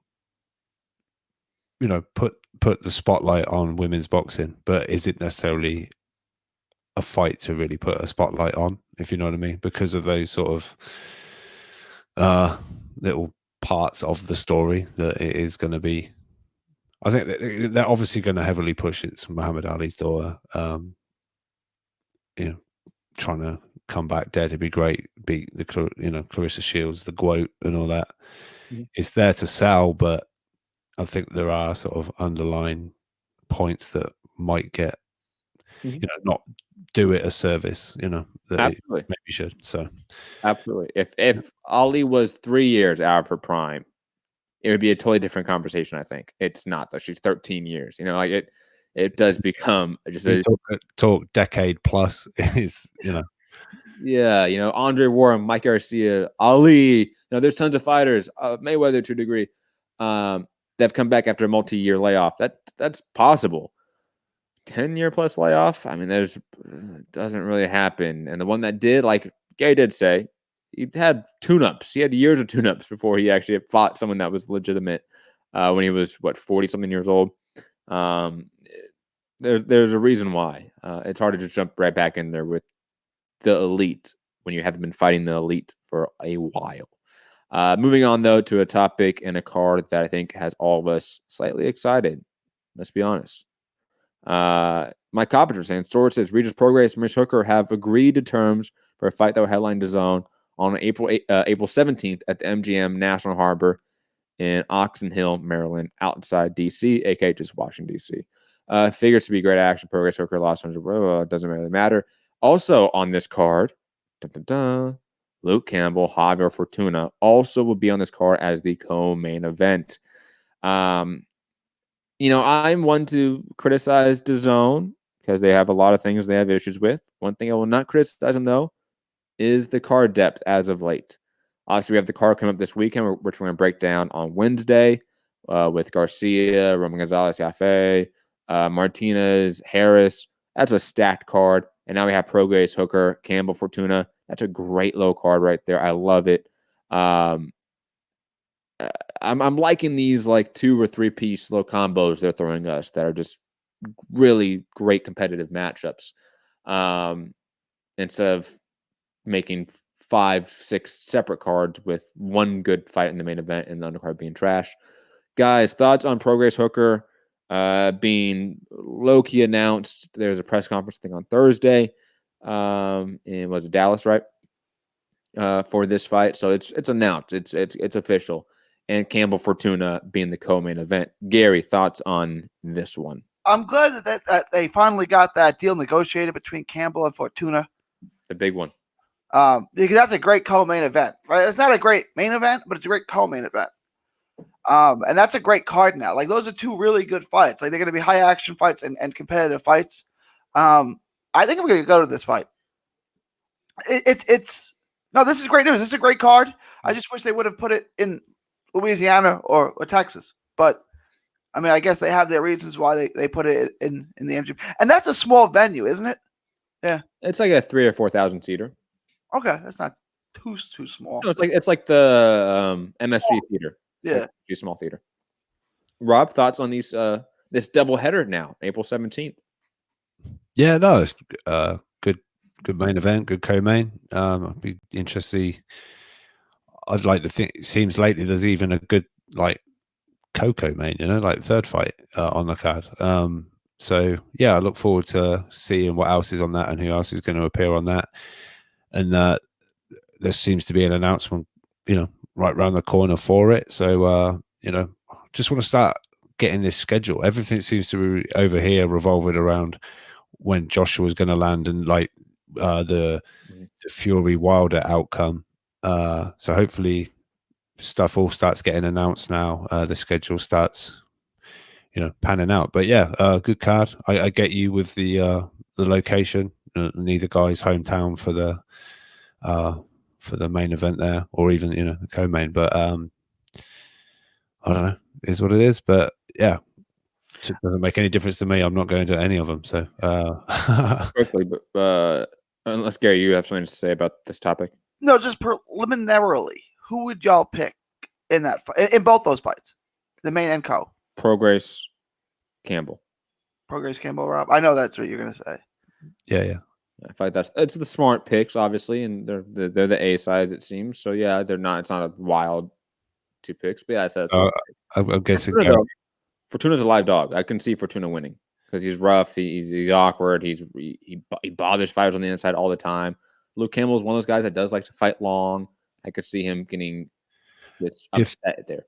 If he comes prepared like he did for the Mendy rematch, Mendy really hustled him for the whole fight, but Campbell was pretty much punch perfect, dealing with a sort of come forward combination sort of kind of guy. But yeah, Gary, I'm guessing you're going with Hooker Fortuna, right? No, I'm going with Hooker and Campbell. Oh shit! Hooker, I think Campbell's good. I think Fortuna's good too. It's a good fight, but I think Campbell wins the fight. Prograis going to body Hooker. Be sad. Yeah. Quickly, guys. We have a caller on Skype. I'm trying to remember. Kevin from Chicago. Isn't that the guy that like went on like a bigoted rant on the show that called in like a while back? Remember? His name was Kevin, but that's a fairly common name. I don't know that it was Kevin from Chicago. That's okay. I'm right that his name was Kevin, right? Okay. Kevin, I'm gonna call you back because you hung up. So let me see. We're gonna try this out, man. But warning you. Do it. But anyways, in the meantime, hit that thumbs up, share the show. I know you guys like me saying that. But Matt likes a good baity call, right? Like Matt, he'll entertain it. So to an extent, right? When it totally jumps the shark, then he's out. But like, if you have a bit, like I'm okay with the bit. It's just like when that bit becomes like just bigoted, then like it's like, oh, come on, man. It can be funny. Don't be racist. Like there's a difference. If this is not the same Kevin, it's like so bad. Damn, I'm not calling in here. This guy's prime. Walks up on the phone call. He's got 2 strikes on him. He's like, I don't even know who this guy is. I don't even know what you're talking about. We're calling in, and the guy that's on the other end is like, what's another city in Illinois that's like well known? Peoria. So there's no other city in Illinois. Chicago. I mean, it's Kevin from Chicago. I don't know if it's the right Kevin. Kevin, hold on. Kevin in Chicago. Is this the one Kevin that went on like a weird rant that one time? About Saudi Arabia? Yeah, it's this guy. Yes. Oh, I'm going. Yeah. You're on a tight leash, Kevin. So what do you want to talk about, dog? All right. guys, stick to the controversial topics. Deontay Wilder. You know what? I was because I heard a lot of British fans leading up to the fight. They were trashing Americans. They're trashing American boxing. They're calling us bums. We're garbage. We can't box for shit. So I was pulling for Deontay Wilder. I was like, man, would it be crazy if you just knocked him out, knocked Fury out, shut all these Brits up. But when I got closer to the fight, I was listening to what Deontay Wilder was saying. He wasn't fighting for Americans. He was fighting for black people. And that's where we go off. Bye, Kevin. Have a good one, man. Jesus Christ. Like, not only did your phone call start out with just pure xenophobic bullshit, but then you ended it with some racism. Perfect, Kevin. Go. I was going to ask him if he was looking forward to Pacquiao and Garcia in Saudi Arabia, just to get him back on that one. Yo, these weirdos, man. We got to move on. Yeah. I assume you guys don't want to talk about that phone call. Let's just move on to a topic that we all want to talk about here. Yeah, anyway, where were we? It's just so sad. This is the next topic. Sergey Kovalev arrested for DUI. Man, can this motherfucker get out of our sport? Please. Please. Please.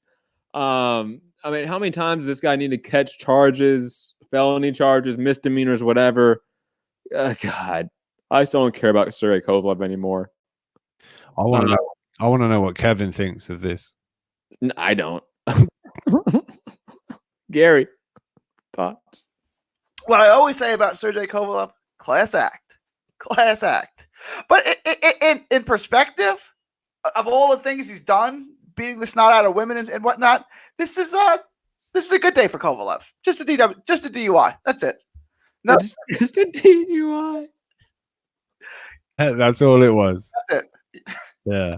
Get over it, people. It's just this is Kovalev behaving. Well, I just guess that he's going back to Russia, so he's going to go out with a bang. You know, I'm not going to stick around for any of these charges anyway. So, yeah. No, look, piece of shit. You know, like it's not good. Spencer stick for getting a DUI. So keep that same energy, people. You know. And only one of them actually beat women too, allegedly. Yeah, but yeah, I don't know. Let's talk about it. Let's talk about it. Allegedly, he agreed to pay her, didn't he? To keep her quiet. No, he didn't pay her. Yeah, I know he didn't pay her, but he agreed to keep her quiet, and then stiffed her, right? But now there's another. See, this is where it's confusing. I think there's two separate cases. I need to do more digging on this because to be honest, it has gone a little bit confusing. Because a lot of reports state that he has a felony charge for assault coming up with a hearing in April, June. I forget exactly when. And then there's the other case we talked about where there was a settlement. So I don't know if the hearing that's coming up is for that case where, like, because he hasn't been paying. I don't know. But like Gary said, class act, right? With a heavy dose of sarcasm for those that can't sense sarcasm. Let's go on to a topic that actually it's going to be interesting to talk about because I don't know where everyone comes up here on this show when it comes to A, Skip Bayless, and B, the idea of DAZN adding talk shows. But reporting from, what's the exact place here? frontofficesport.com by way of Michael McCarthy. DAZN eyes debate show with Skip Bayless and who's waiting at Fox, I think, on his last year.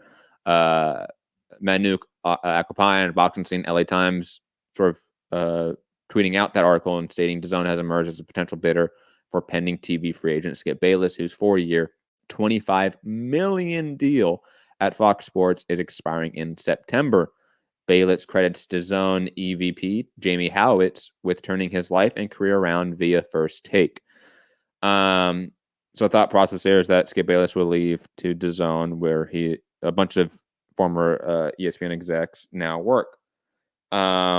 Guys, thoughts on Gary? I want you to go first. Thoughts on DAZN adding Skip Bayless, and overall the strategy that they're seemingly going to employ, because it was specified in the article that this is going to be a sign of more programming that's to come of talking head media shows, a la what we do to a degree. Do you think that's the right strategy for DAZN right now? I think it's a decent strategy for them, right? I mean, people like debate shows, these type shows, talking head shows. Stephen A. Smith, Chris Mad Dog Russo, like those kind of, they do really well. Like the ratings do well. You can leave it on, right? And it's entertaining. And they're not getting baseball, basketball, football right now. So this is good filler. It's not a long-term thing, but I think it helps for the short term, right? It'll get some subscribers. I really think, because it's good content.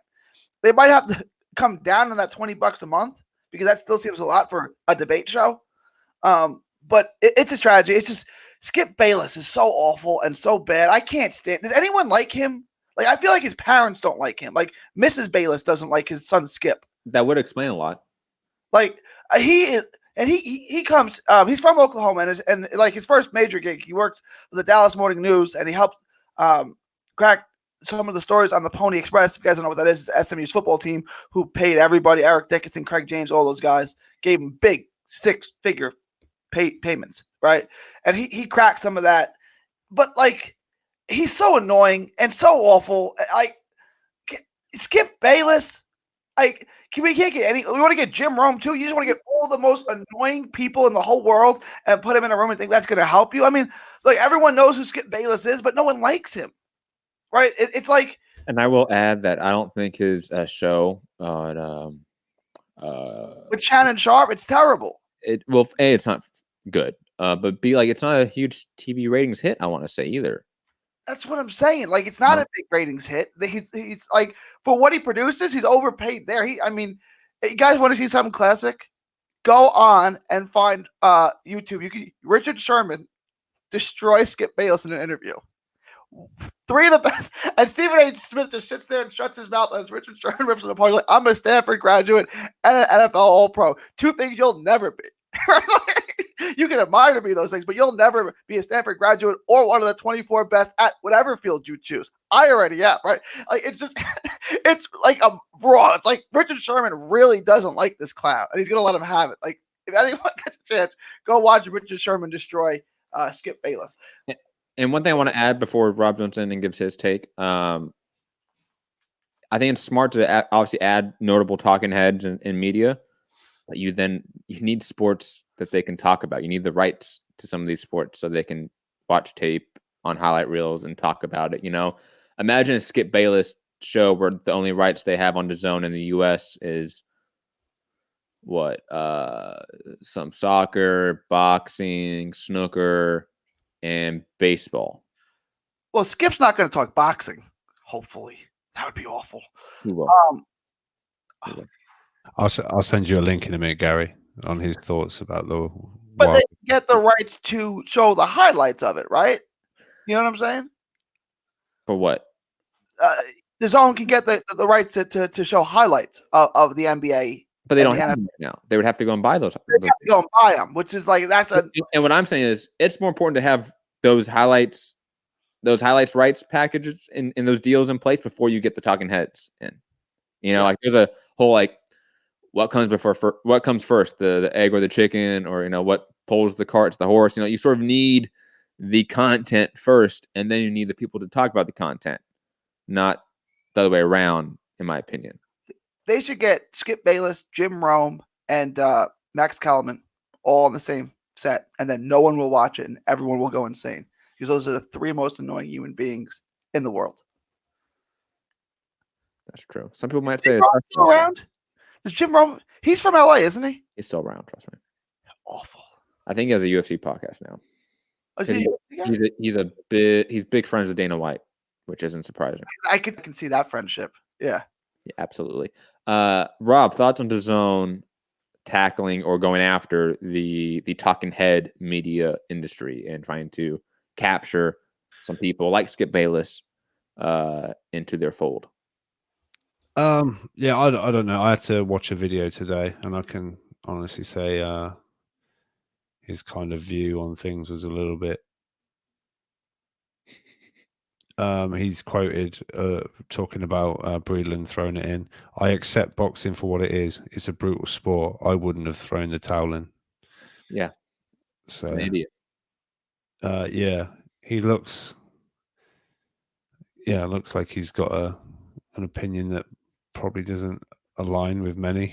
But that seems to be, I don't know.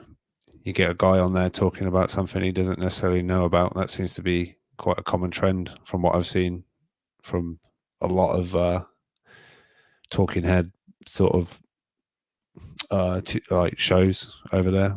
They seem to find one guy that doesn't seem to know anything about the sport that he's being asked about, and they give out ridiculous takes. And I don't know, but yeah, whatever. I like the idea of it, but just get the right people, I guess. Does anyone, like, they're going to pay him millions of dollars? Does anyone find Skip Bayless to be informative or impressive? Anybody? No, Gary.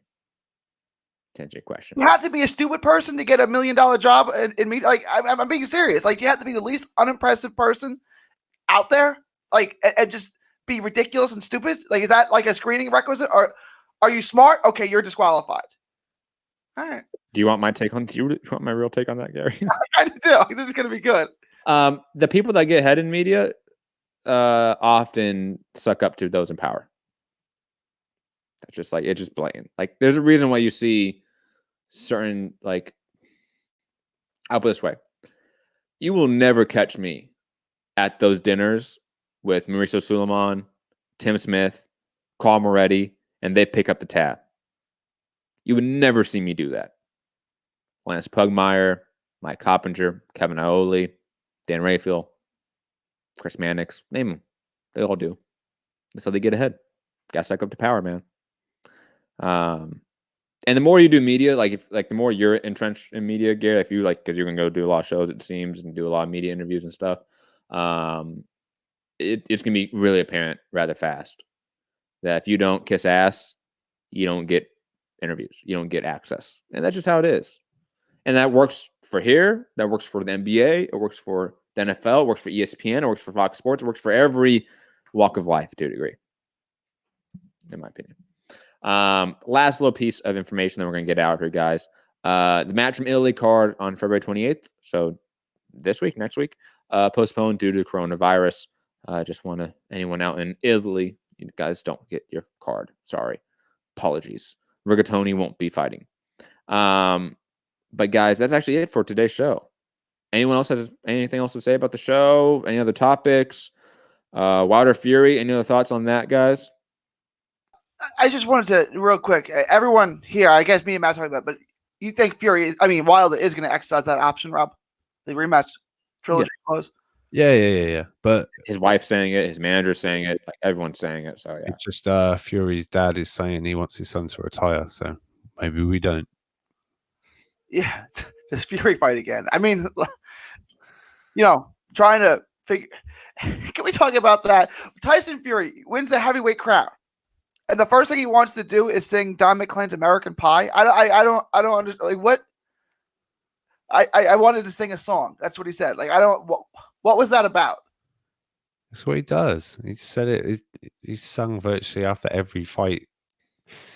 He done it after beating Klitschko, didn't he? He serenaded Paris with Aerosmith. Don't want to miss a thing. Yeah, I get it, but I don't like. like what if Pat Mahomes, if they win a Super Bowl, says, "I want to sing Hell's Bells right now" by AC/DC? It's like, I mean, if there's nothing wrong with it, it's just it's a weird request. That's all. Let's be honest. Out of that and the anthems, it was the best song sung. It wasn't. Singing wise, yeah. Maybe singing wise from a technical perspective, yeah, but that doesn't mean much. Yeah, it wasn't as good as God Save the Queen. So it doesn't slap like that for sure. It's not a banger. The next day on Sunday, my mom came and visited me and my son, and she wanted to watch the fight because she didn't see it. And so we watched it, right? And we got to the part where he started singing. The look on my mom's face, she's never seen Fury fight in her life, right? But saw some of the stuff on ESPN, right? So she wanted to see it the next day. She looked mortified. She's like, what the fuck is this? Like, is this supposed to be a thing? Is this like, can he stop? And I was like, Mom, first off, you're a bad singer. Don't do that. Secondly, this unfortunately is a thing. You should send his Christmas song with Robbie Williams last year. Please tell me you're joking that Tyson does not have a Mariah Carey like winter or Christmas special. It wasn't Mariah Carey like, but yeah, he done a Christmas song with Robbie Williams. I'm never gonna find that and listen to it. I'm sending it you after the show. I am burning CDs of that if I see them. If I'm walking in Target or Walmart and I see that CD, I am just stomping on it. Wait, you still see CDs? There's still CD aisles in stores. No one's ever in them. There's a nice layer of dust on all of them, but yeah, there's CD aisles. No one's Matt's age. There might be somebody's Rob's age in there. Like vinyl is outselling CDs right now, right? I would think so. I mean, that's a thing. Yeah. I don't understand, but yeah. The vinyl sounds better. Yeah. Then yeah, an MP3 absolutely sounds better. You get a nice setup. You know, and you can change it to like 45 or what, 75, make it sound like Alvin and the Giants. I was seeing a girl that had like a record player. I don't know what the fuck you call them, and she had records. She had vinyl, right? That was her thing. She was a hipster like that, and it was cool. Like I vibed with it. You know, this kind of sounds better. It's hipster shit, man. I don't know. How much weed did y'all smoke when you were listening to those? I have no idea. But guys, that's gonna be it for today. Listen to Bob Marley on vinyl. That's one of the records, definitely. Pink Floyd. I mean, you had all the classics, man. Of course.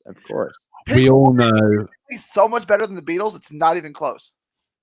Say again, who's better than the Beatles? Pink Floyd. We all know America is currently bumping Crazy right now after Fury's entrance. You look confused, Matt. Bit of Patsy Cline. You're all rocking that out at the moment. First off, that was a great walkout song, but Pink Floyd's not better than the Beatles. Like they're just not. Like, that's a hipster take. Is that a hipster take? That is definitely a hipster take. All right, then that Pink Floyd is better than the Beatles. To me, it's like asking who's better. Kobe, who was a better Laker, Kobe Bryant or Derek Fisher? It's like no. Gary, you are wrong. No. You're completely wrong on that. He's trying some crazy hot take right now, and it's just that'd be more accurate than comparing the Laker era with Kobe and Paul Gasol, which was a great era. Not the greatest, to like the Showtime Lakers. You can flick your hair up like that all you want, Gary, but that's just the fucking truth, man. So the Beatles are not Derek Fisher. That is so disrespectful. Oh my god. I know like all of our UK listeners that like actually care about probably this topic of like the Beatles and Pink Floyd have no idea who the fuck you're talking about. Derek Fisher. Rob, do you know who Derek Fisher is? I have no idea, but even I know because he's called Derek Fisher that was a disrespectful slant at the Beatles. And Derek Fisher is a bad player, but he's Creedence Clearwater Revival. That's who he is. Oh, he's that good? Creedence is epic. But Creedence isn't Beatles though. Like there's levels between those, you would say, right? Like Creedence has some hits, but they're not the Beatles. They don't have albums and albums of classics. Creedence has a better singer. Derek Fisher's a better band. A good glue guy. He's not the star of the team. I didn't realize Rob was going to be a Creedence fucking mark over here all of a sudden. Oh, I am. You're lucky. You love Joe Fogarty. It's okay, man. Carl Fogarty. John. Yeah, Joe, John? I was just thinking of a motorcycle racer. Sorry, my bad. Carl Fogarty, legend. Nah, look, the Beatles commercially, everything about it, just another level. But don't be trying to use Credence against them. They hold up. No, I saw them. I didn't see them because they broke up. But I've seen John Fogarty, Joe Fogarty. Is it John or Joe? John. It's John, right? Sorry, Rob. Okay, it's no. I threw the curveball with the motorcycle race. You did, man. That threw me off with Carl. I'm like, what the fuck? That's not it. I've seen John Fogarty live in concert, and obviously he has the rights to all of their records. So I've seen like Fortunate Son and all those, Bad Moon Rising. I've seen all those playing live. Amazing. Not the Beatles though. I've got it. PSK's nailed it. Remember, Gary is a flat earther, and the moon landings didn't happen. So we've just got to the bottom of the whole Pink Floyd are greater than the Beatles debate. For Gary's, I will defend Gary. He's not a flat earther. He just believes the moon landing's fake. He believes that people vaporize when they go into space. That's what he believes. Totally normal stuff. And again, ducking me on that debate, Gary. Ducking me. You don't want the smoke. Anyways, guys, hit the like button, share the show, subscribe, all that fun stuff. I got to head out of here. It's been a long one. Mixed Combat Radio on Patreon. Support us there. All the fun stuff. You can support the show. A 5-star review on iTunes, sharing the show on podcast form. Anything you can do to help support the channel, it's appreciated. Find me at Matt Hunter MCR on all social media platforms as well. Rob? You're muted. It's okay. I was miming. Check me out at UK Rob MCR, Instagram and Twitter. Yeah, crazy weekend. The Gypsy King. Let me just quickly, if people are interested in an auction, I see we've got quite a few people watching, but there is, an encased Tyson Fury, the Gypsy King signed glove. I'm just interested in how that has risen in price since the demolition of Deontay Wilder. And but yeah, hit the thumbs up, share the show, especially you, Tony. I know you're there. Hit that thumbs up, show the love. Gary. I just got it. Like, Tony. Who the fuck's Tony? Oh, that dude that's never created anything in this space. Okay. Pink Floyd was so innovative, right? Like it was like Rage Against the Machine, was something different, right? The sound was unique. I just never really got the Beatles. They're good, they're fine. I'm not really a big fan. Never really got it. Rage Against the Machine is so much better than Pink Floyd. I mean, get that out there. Remember, Gary. That's a hot take right there, Matt. I mean, I'm not saying you're wrong. I'm saying that's a hot take. I could argue that either way. Rage was great. They're very different sounds. All you need is one, Gary. One is all you need. One shot. Yeah. What's that famous Beatles song that they said? All you need is one. All you need is one. All you need Deontay Wilder. One. Great shout out. What's his name? Flores. Yeah. Yeah. Shout out. BJ. Follow me on all forms of social media at 3D Boxing, 3D Boxing blog. From Texas to the world. Thank you. God bless. Peace. Later.